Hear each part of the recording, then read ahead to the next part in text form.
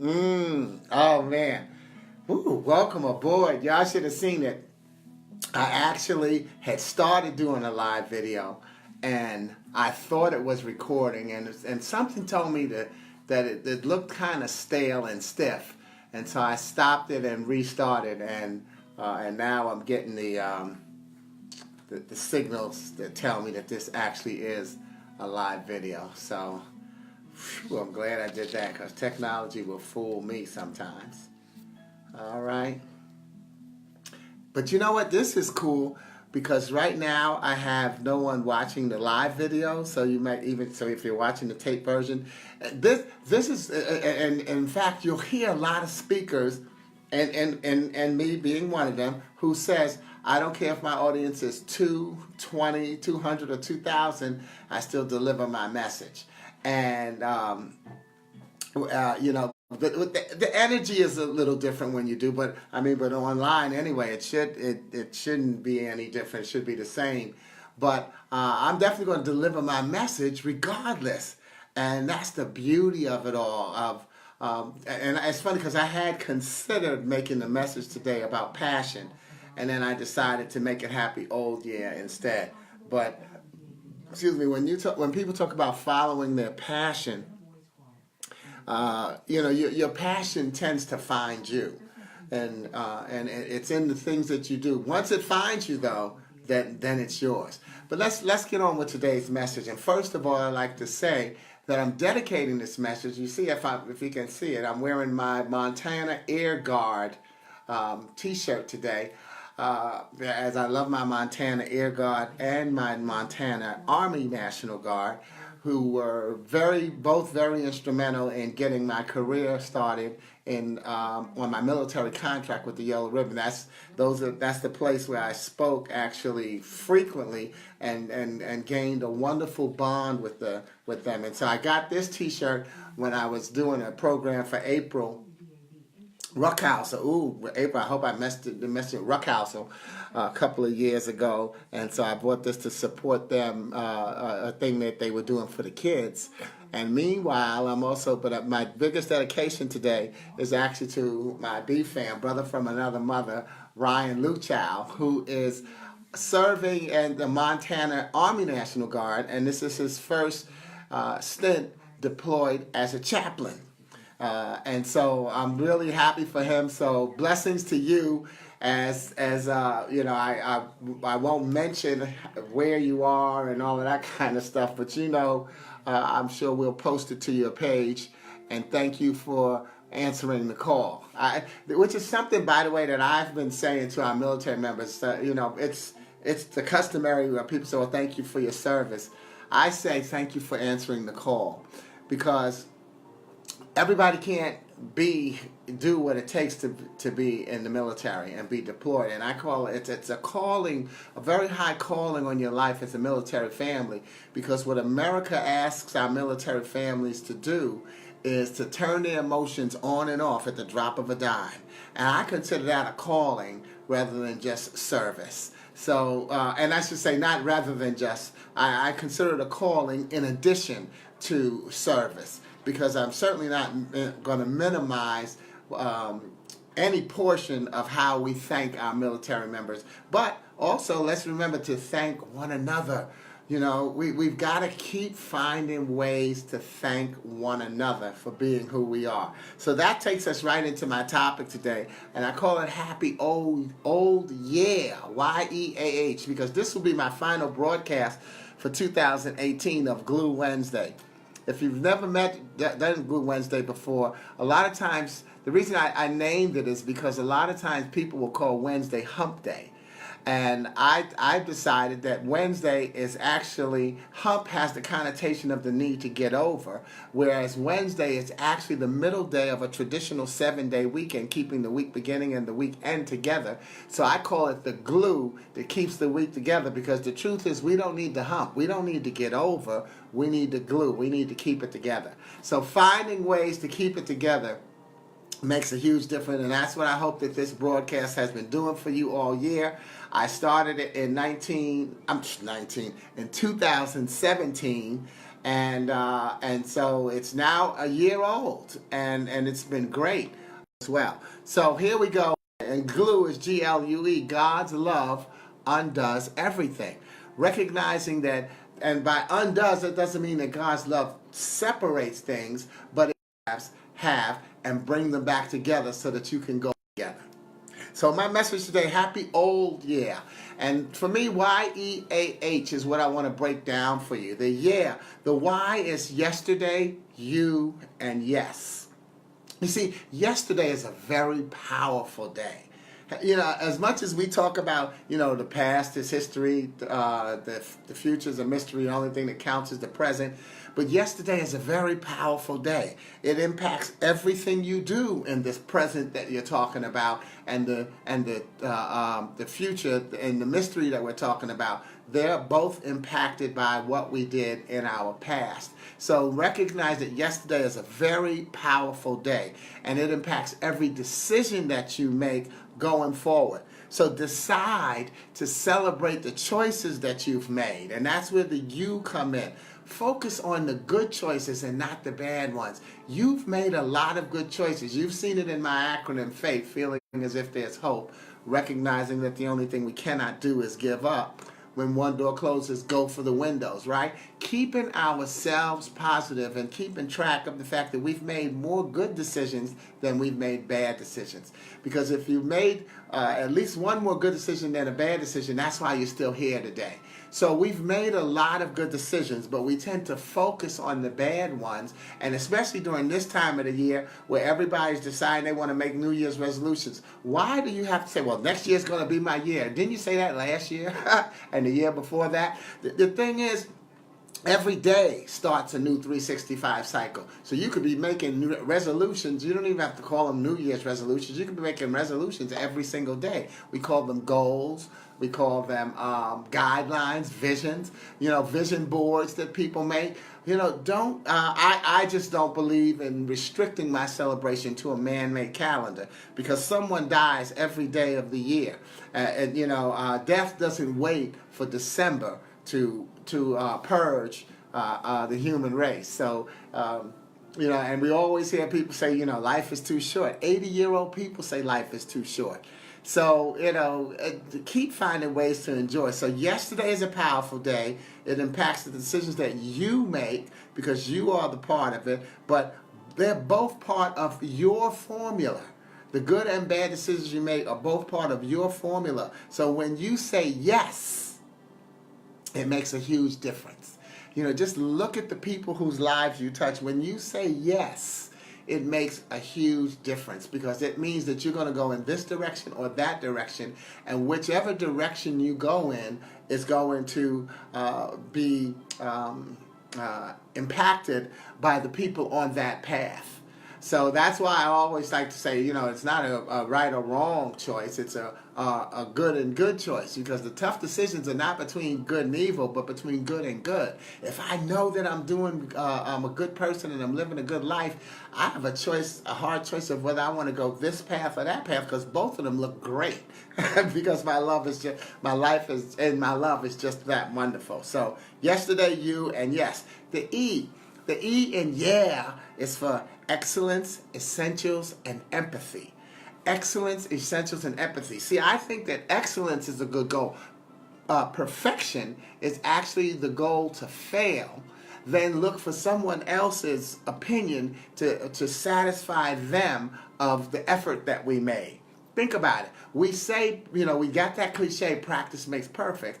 But we then, as soon as we practice and we don't make it to perfection, we immediately say, but you know, there's no such thing as perfect. But, you know, so I didn't make perfect, but I made it to here. Why don't we just make here the goal? So we can celebrate. You see, I'm not laughing very hard. I got a cold.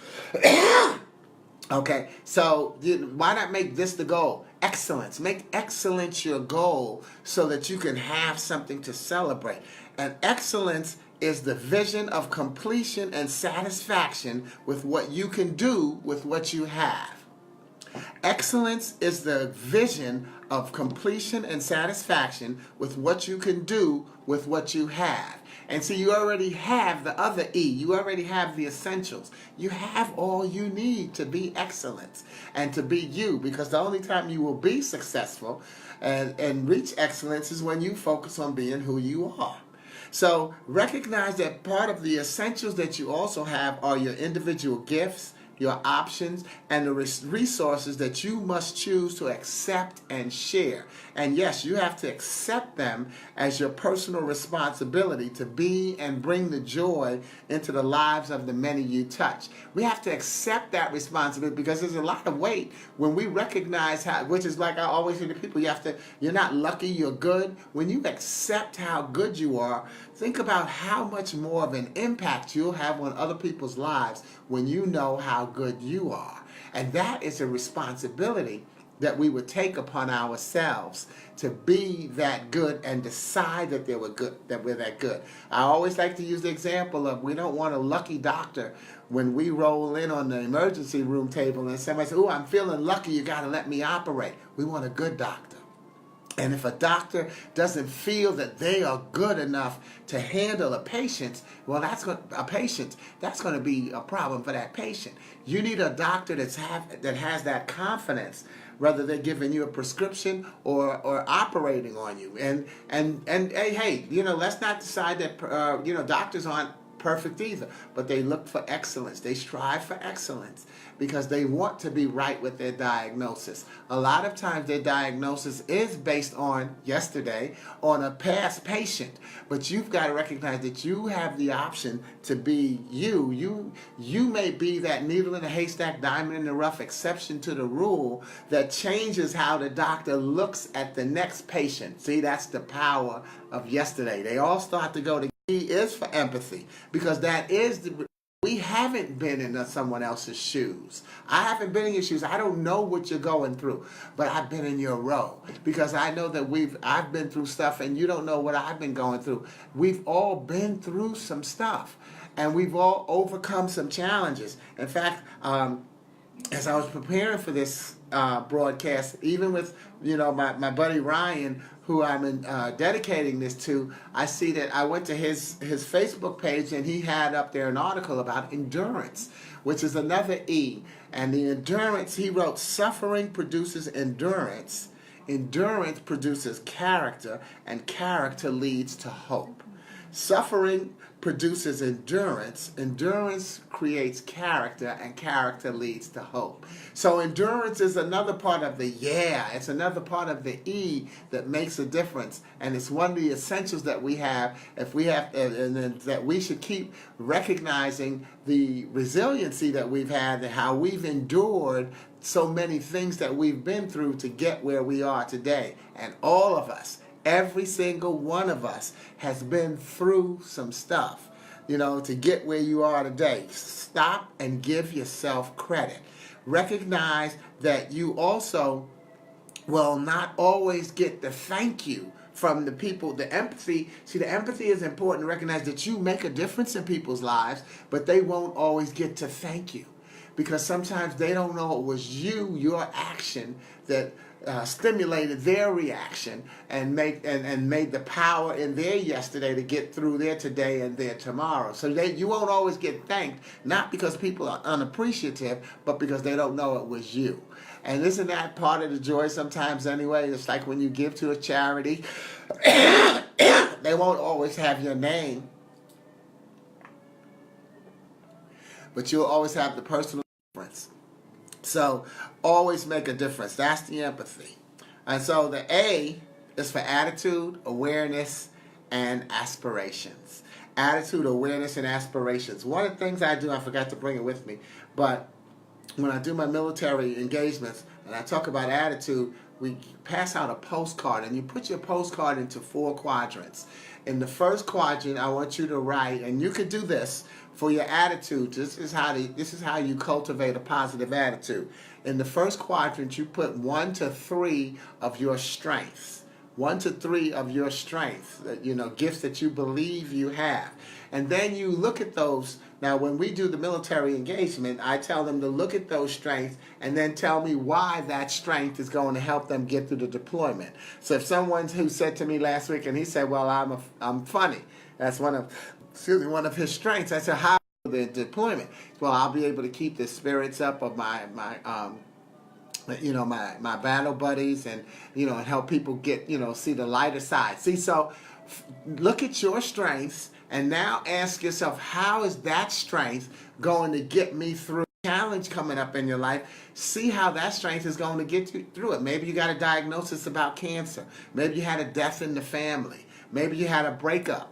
Maybe you got a new job, new career situation, a new test that you have to pass. See, you can apply it to anything by looking at your strength and say, how will that strength get me through this situation? That's quadrant number one. Quadrant number two, what's going on well for you in your life right now? What's going on? I had breakfast this morning. I woke up and you know what? My alarm clock went off. My coffee maker, the auto mechanism worked, because sometimes I'll put the coffee in at late in the morning. What went well for you today? Safe travel. I got somewhere safely. For me, I got a chance to make this broadcast. For you, you got a chance to write this broadcast. No rocket science. What's going well for you in your life right now? So quadrant number one, your strengths. Quadrant number two, what's going well for you right now? Can't you see how as you appreciate those things, it'll change your attitude? Quadrant number four, what are your worries or concerns? See, I'm not saying that we down. That's the key. What you have to attack. If you don't write them, say, well, now I know what challenge is, but when you get upset and in a tough situation, exactly what you're fighting, because something new comes on board that exacerbates that challenge and problem. So therefore, write it down.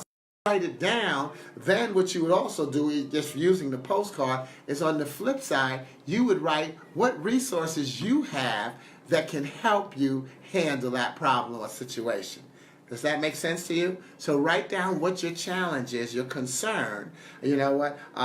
My child is not doing well in school. I'm not doing so well in a job. My boss is overbearing. See, what options do you have? Well, you got maybe tutoring for your child, sitting down and talking to them, getting some kind of after-school program. Maybe they need an activity. Maybe they need to cut down on an activity. You and your challenge with your boss. Well, what's going on? Look at your track record. What's going on? Why is your relationship with your boss deteriorating? So should you start looking for a new job? Based on what your strengths are, or what can you, and find out what the problem is. And maybe maybe you can make things better. Bearing your boss is, they're still a person. And if they're mistreating you, just talk to them about it. Because if they are mistreating you and you're busy being mad at them, you stay focused on the anger, and they get to justify how they mistreat to a personal, because it has become personal. And so you need to let them know what your resource person, get someone else's opinion on how you might want to approach that person with that, because it's not a case of saying, look, I don't like the way you're treating me. The textbook's way of it in communication is me feel that way. So when I've had a boss who's raised his voice. No, let me give you my coach. I had a coach when I was in high school, and he raised his voice at me, and I don't like that. Because he asked me, well, what's the problem? I said, well, when you raise like I was incompetent. See, so think about, when and how you feel situation, and write it down. That in the heat of the emotional moment, you don't misspeak. Understand that there's nothing wrong with any emotion that you have. All emotions are right because they're based on how you feel. So you have the right to be angry, sad, lonely, happy, but it's what you do with the emotion that makes a difference. And if we take it back to our attitude, which is what we're talking about, making a positive attitude, recognize that attitude is composed of there are three components. There's the emotional component, there's the cognitive, the emotional, how you feel about it, cognitive, what you think about it, and behavioral, what you do about it.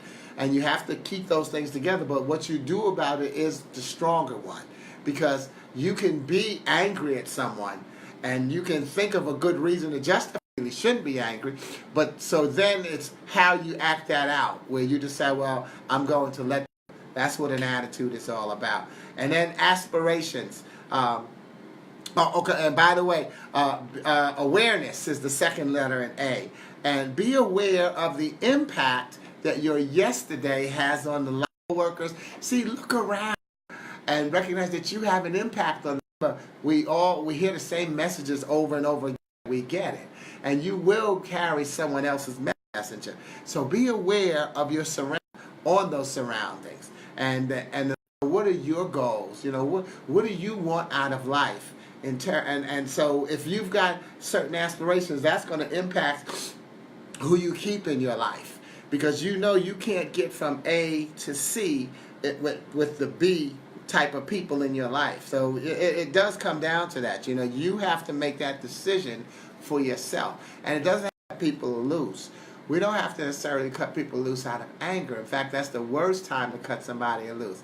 Cut them loose out of love.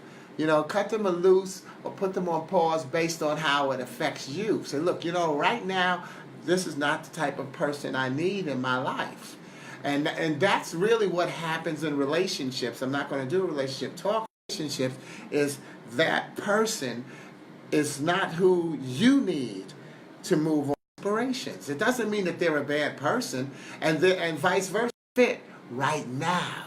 And that's the thing that we have to know with that.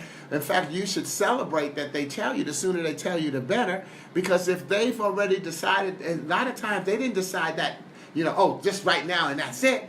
They've been thinking about it. Well, this day, you know what, this is not going to work. And so if they keep dragging that out, then they're wasting your time. So it's as hard as it is. And so I do bring it up because at the end of the year, people look at the holidays and who they see just because they may be alone, all right, or a situation, and so so you can be lonely and with someone. So be glad that, and there's no death involved. They didn't kill you. You didn't kill. They allow you to stop thinking that that this is the right person for you, because if they think that you're not the right person for them, guess what? They're not the right person for you. Okay? So the final letter in yeah, heart and happiness. Help, I put that first because you know what it's do is we lose sight of the fact that we are not begging for help. You're not begging for a handout. We have teams of resources around. It's just someone else's turn to take the lead. That's the way you have to look at it when you're asking for help. You're not begging. You're saying, look, this was my strength. Now we go back to the strengths and attitude. This is my strength and this is where I was leading. Now I need someone else to lead, because that's now that column, that quadrant that said my concerns, so I need someone else to take charge to help me with that.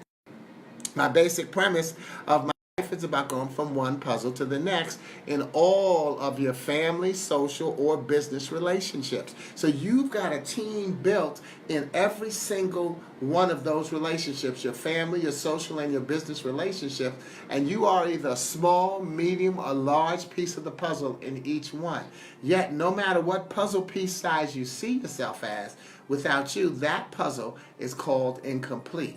So, it's a large piece. That's where you don't much help, but you still are asking for help even when you're the leader, because you're asking people who are following you to do their job so that you can keep going forward and take them through the right place. When you're the small piece of the puzzle, you may be that person doing the work to push it forward, but it still you need someone who's leading. Maybe they're the medium piece even, to help you with the responsibility that you have. I hope you see that each one of us has that some level of responsibility, and we are either a small, medium, or large piece of the puzzle. It depends on which puzzle we're working in. Right now, we're on the Facebook Live puzzle. Right now, I'm the large piece of the puzzle because I'm doing the broadcast, but in effect, I'm the smaller piece of the puzzle because I'm coming into your life where you are the larger piece of the puzzle. And I accept being the small piece of the puzzle, because no matter how small the puzzle piece you see yourself as,